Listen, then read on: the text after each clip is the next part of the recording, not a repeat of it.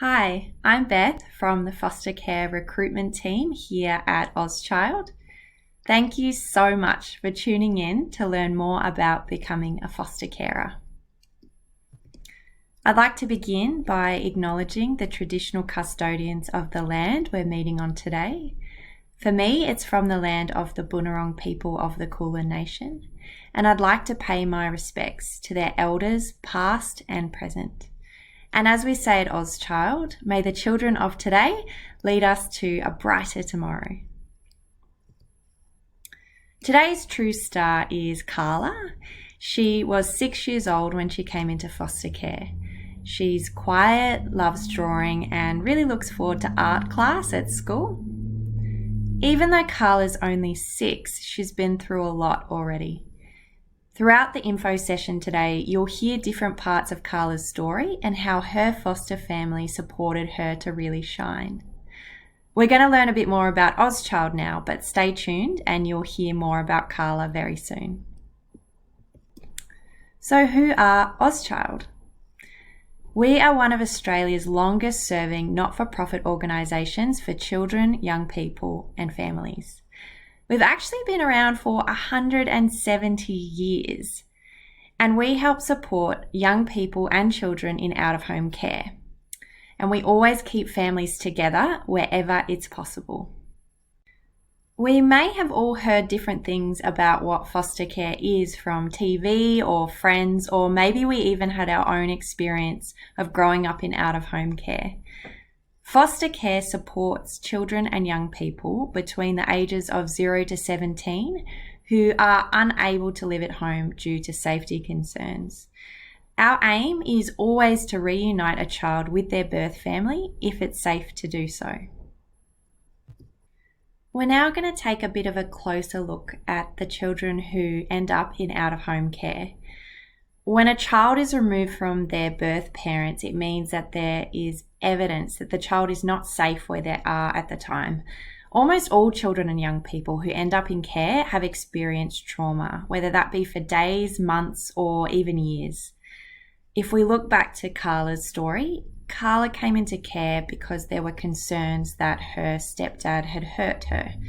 She'd already faced neglect from when she was small. The house wasn't clean, her nappy was often dirty, and her mother really struggled to look after her. And then when Carla was 6, her teacher noticed some bruises on her. She'd already been concerned about Carla for some time, and so she decided it was time to notify Child Protection. Carla was taken into care and she lived with some emergency carers while a longer-term home was found for her. Carla had faced a lot at just the age of 6, and for children in foster care, they really do need a safe place to heal and process what they've been through. And this is where you could come in. So you might be able to provide some stability through a bedtime routine for the first time, or just family meal times, looking at a child with joy. Sometimes that's the first time they've ever experienced it. You can give them a space to let out their emotions for the first time too and process what has happened to them. For Carla, that early trauma in her life did really affect the way she acted. She was really quiet, reserved. She had a lot of trouble making eye contact and had lost a lot of her confidence. All children respond differently to what they go through, and children in care are no different, but trauma is going to affect the way they act.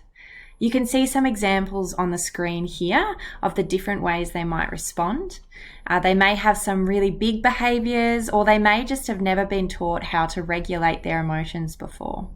You might also notice some developmental delays. So for Carla, for instance, she had some really big emotions that she was trying to soothe, and so she was still sucking her thumb at the age of 8.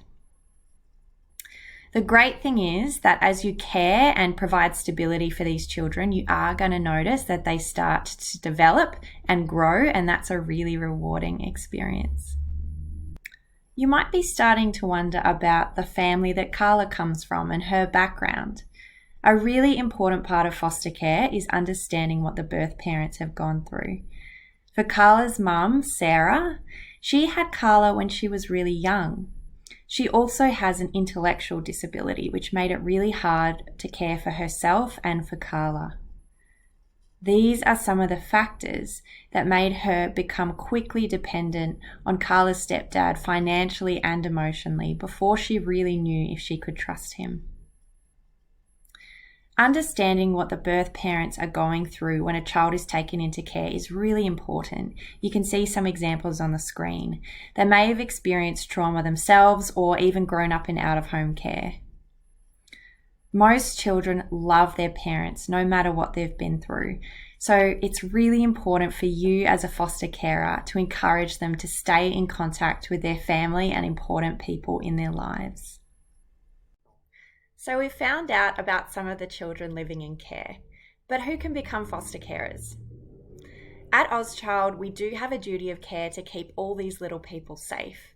Here are some of the criteria we use to select suitable carers. At OzChild, you need to be 18 years or older to become a foster carer. We'll do safety checks for everyone over the age of 18 in your household, including a blue card. But this is something we'll organise for you, so we'll walk you through that at the right time. It's important to have a spare bedroom with a bed and a place for the little person to keep their things.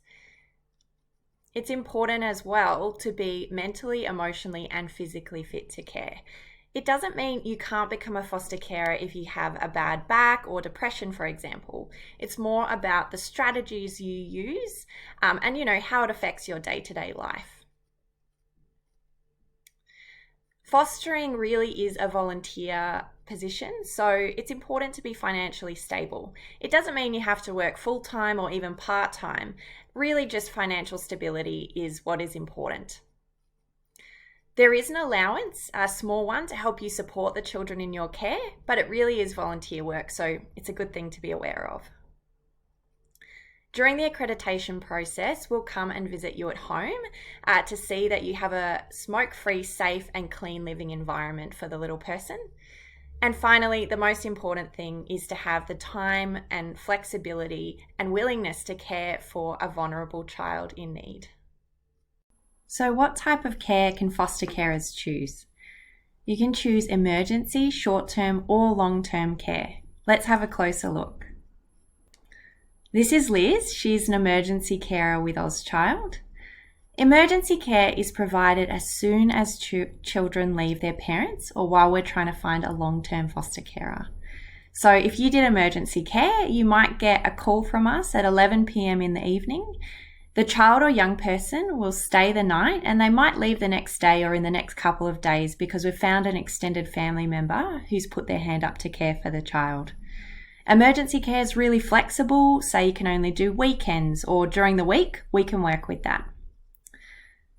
Emergency care is really special because you are providing a safe, loving experience for a child when they're at their most vulnerable. This is short-term care, so once again, really flexible. It's up to you to let us know how long you can provide care for. This can be 1 week, 3 months, all the way up to 2 years. It includes respite care, so this is where a child is living with a long-term carer or their birth parents, and you take them maybe on the weekends or a night or two during the school holidays to give their primary carer a break to recharge their batteries. At the same time, you get to be a positive role model for the child, kind of like an auntie or uncle.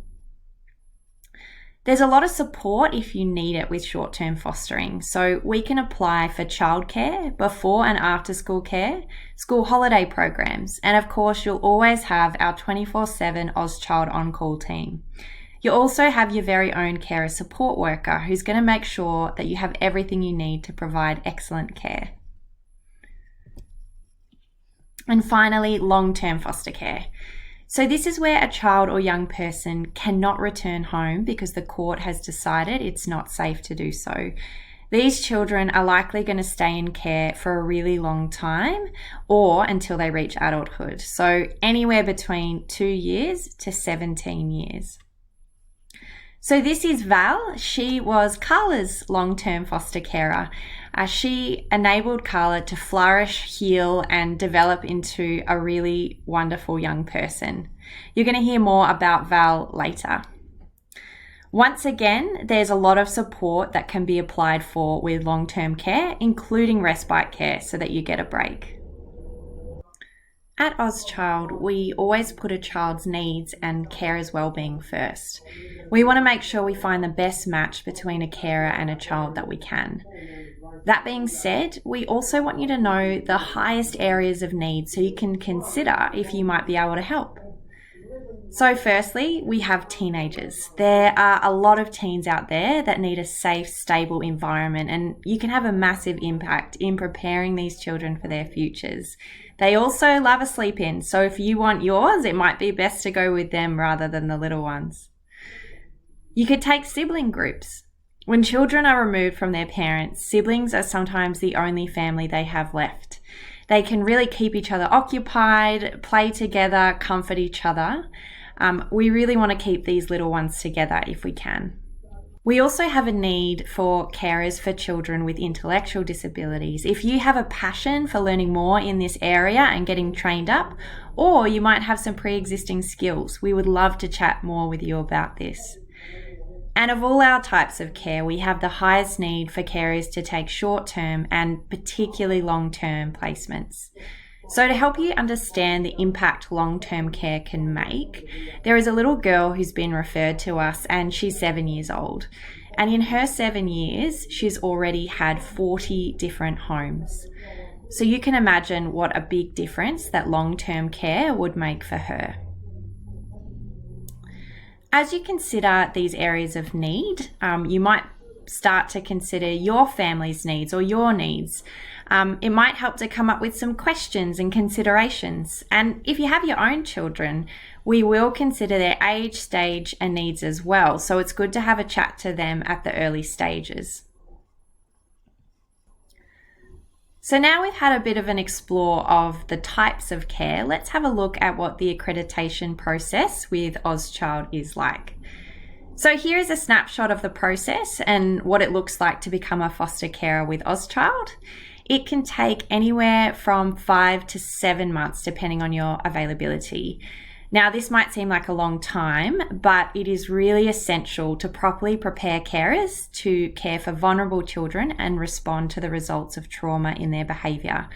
We use this time to determine your strengths, areas you need support, skill you up with trauma-informed parenting, and introduce you to our carer community. It's a really great process that keeps carers equipped and children safe. Once you've been accredited, you may be wondering, what's it like when you actually start fostering? So here's some frequently asked questions. So what will I find out about my foster child? When a child comes to you, we really want you to be set up for success. So we're going to tell you everything we know. It might be specific developmental or behavioural issues, their foster care history, any medical conditions, culture and religion, the court order details and conditions, and names of their family. You'll also be part of helping us understand and know the child better, but we will tell you everything we know so far.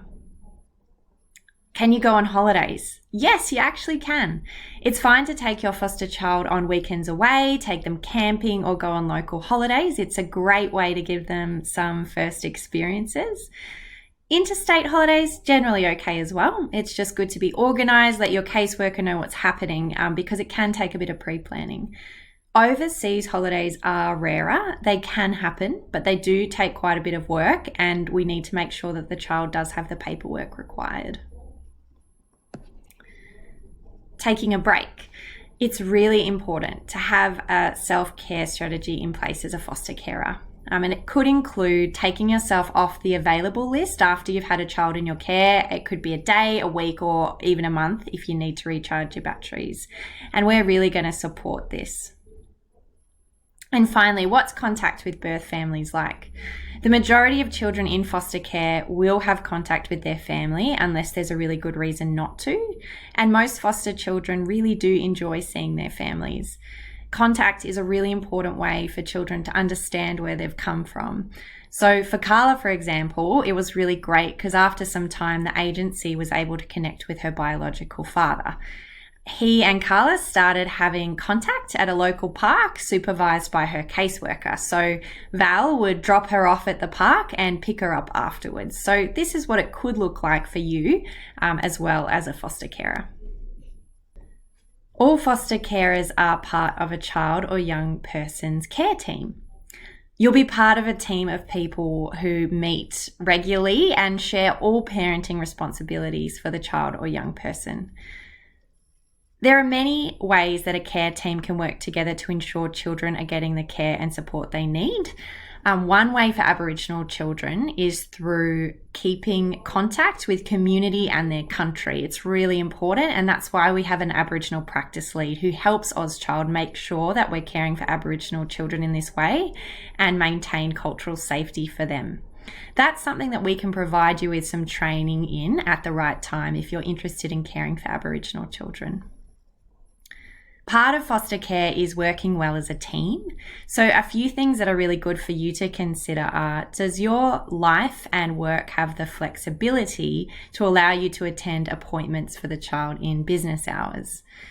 And secondly, we will introduce you to our carer community. They're going to be your lifeline, give you advice, help you with their experiences of fostering, and you'll probably meet some really great friends as well. They're some of the most friendly, wonderful people I've ever met. But it will just take a bit of your time to make sure you invest in this community when we give you the opportunities. That's support for your foster child, but what about support for you? OzChild is known for our fantastic support of our carers. So during the week, you'll have your carer support worker and case manager, and after hours, you'll have our amazing on-call team 24/7. You'll also have independent support from the Queensland Foster and Kinship Care Department, and you'll have the carer community. You'll get the chance to meet other foster carers. They'll understand your experiences and they'll really be your lifeline as you foster. We're also the first agency to have developed a foster care app for our carers. It's a central and convenient place to access relevant info for you, like events, articles, webinars, and ongoing training opportunities. We also provide additional training courses to make sure you're equipped with everything you need. So you're really not alone in this. There's lots of support for you, and we want to set you up to succeed. It's good to talk too about the financial side of things. You will receive a fortnightly allowance which contributes to food, clothing, small school expenses and other basic needs for the child. It is good to understand though that this is not a paid job, it's volunteer work. We do try to offer all the support we can, but it's something that it's good to consider and be aware of. As we come to the finish of our info session, I want to tell you about the rest of Carla's story. When she was 15, her caseworker started thinking about her transition out of care and to adulthood. Val, her carer, had already started teaching her to cook and to budget, and she was making some meals that she'd never tried before. She'd built a fantastic relationship with her biological dad. Now she's 25. She started a new relationship and she's actually gone to TAFE and become an Aboriginal childcare worker. She sees Val, her carer, most weekends still, and she's really good friends with her daughter Tia. Foster care enabled Carla to really flourish. It changes a child's life, but it's also going to change your life too. Thanks for joining me today to learn more about becoming a foster carer. If you would like to take the next step in exploring whether foster care is for you, please do send me a quick note to fostercarequeensland@ozchild.org.au. If you're still sitting on the fence and have some questions, that's totally fine. I'd encourage you to give me a call. We can chat about your situation, any questions or concerns you might have. If you've decided that foster care isn't for you or it just isn't the right time, that's totally fine as well. You can still help a lot through spreading the word. If you do know someone who would make a fantastic foster carer, please tap them on the shoulder and get them to come along to one of these information sessions. If you do decide to foster with another agency instead of OzChild, that's totally okay. We're all in this together. We want to see those 10,000 little people in safe homes. Foster care really does change lives, so I'm glad you've taken the first step in your journey. I look forward to speaking to you very soon.